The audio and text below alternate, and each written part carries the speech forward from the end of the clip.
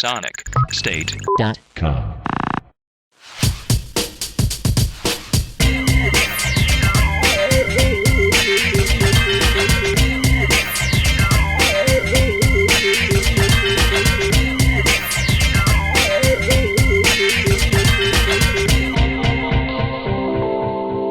Welcome back to the top 20 greatest synths of all time ever. I saw the sign and it opened up my eyes, and I'm happy now living without you. I've left you. Oh, oh, oh. Ace of Base. One of Sweden's finest exports, as is the next synthesizer on our list, the Nord lead. Sounds like it should come from Norway, but then again the Swede lead would just sound ridiculous.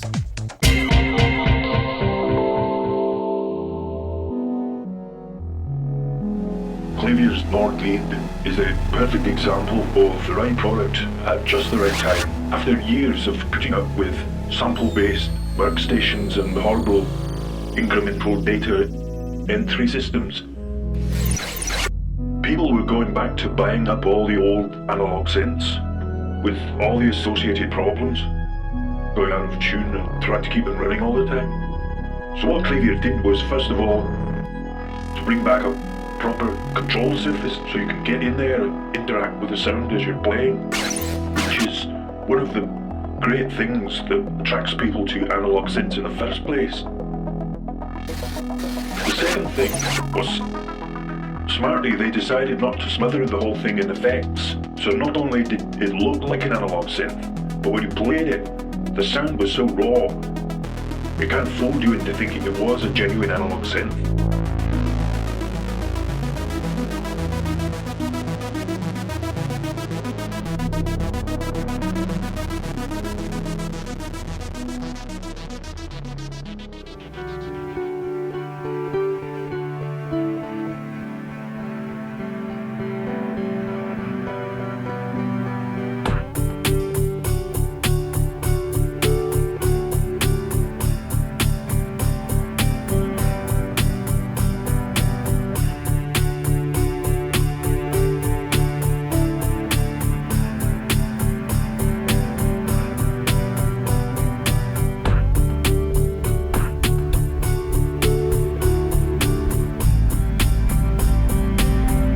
You're watching sonicstate.com.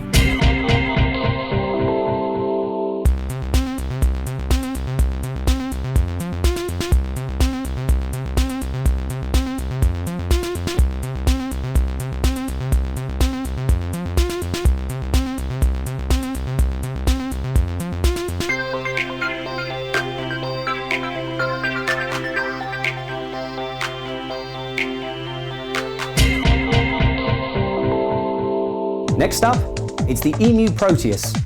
Although they sound god-awful nowadays, owning one of these back in the 80s was the equivalent of being reincarnated as Phil Collins with hair, if you can imagine such a thing.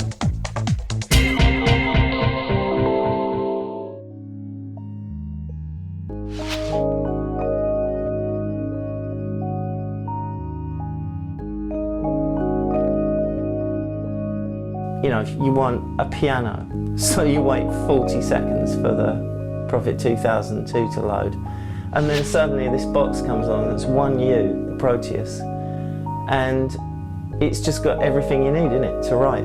It really was my primary writing tool for, I don't know, probably 5 years.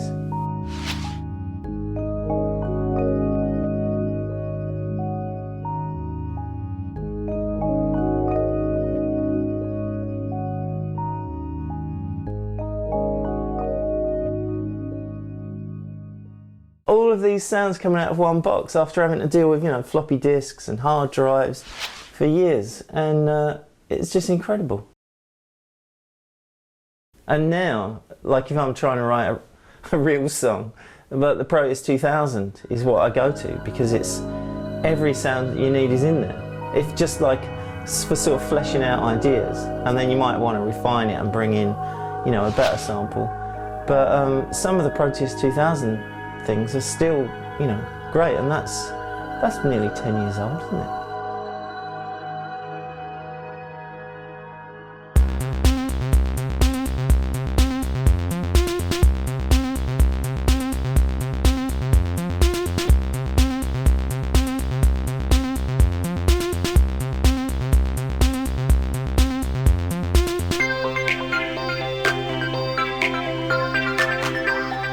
put that down and click on this, sonicstate.com.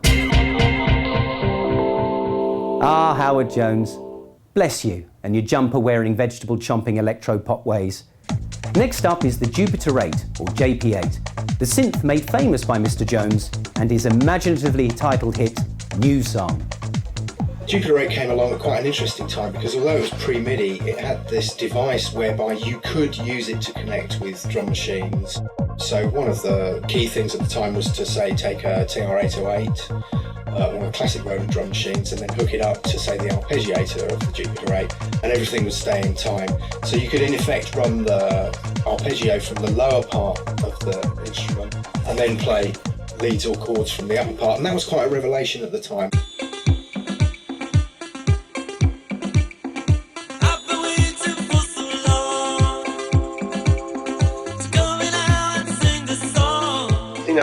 Always for me, it was about making sounds that people hadn't made before and heard before.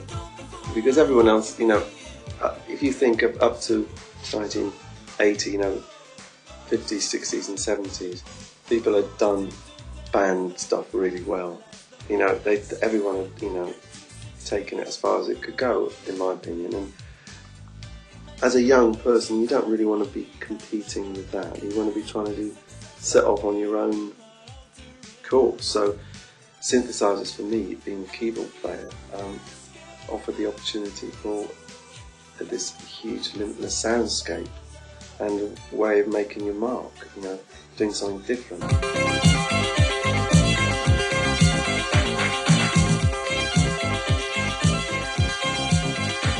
Having done the 20th anniversary show last year at Shepherd's Bush, I put together my original rig with the Jupiter 8, Juno 60, the Pro 1, 2 Prodigies, 808 drum machine, and between them, those make such a fantastic sound. I think it would be the Jupiter 8 is my favourite. It's got such fat, wonderful sound. It's just a gorgeous sound. Well, I haven't heard anything that sort of emulates a Jupiter 8 or a Juno 60, or a Prodigy. I think you probably get close to a Pro 1 close. But those are, of course, I'm very interested in those because they're my favourites. So with the Arturia one, which I really love, I was talking about the Mini Moog and the modular Moog. I have never been able to have two side by side, but they sound incredible to me. The virtual ones. Really, and also to have a Mini Moog as a polyphonic instrument. It's fantastic.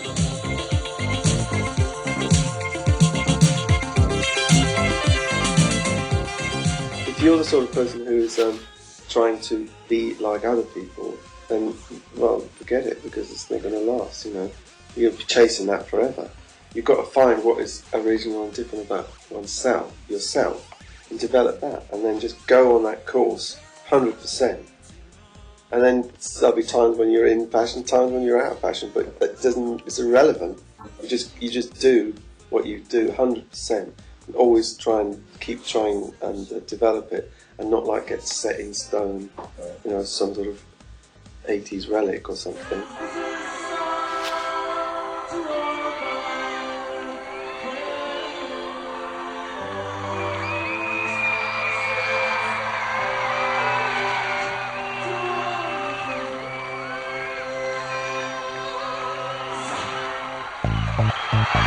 So here's the countdown.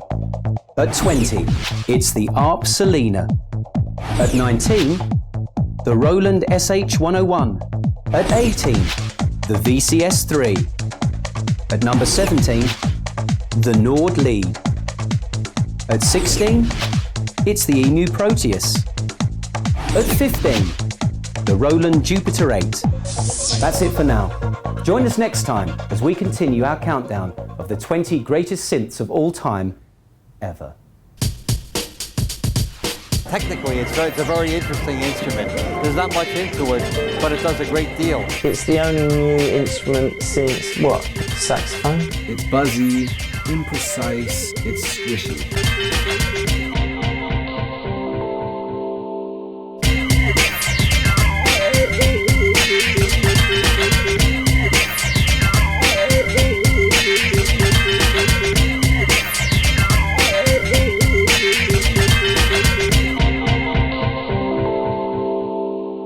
sonicstate.com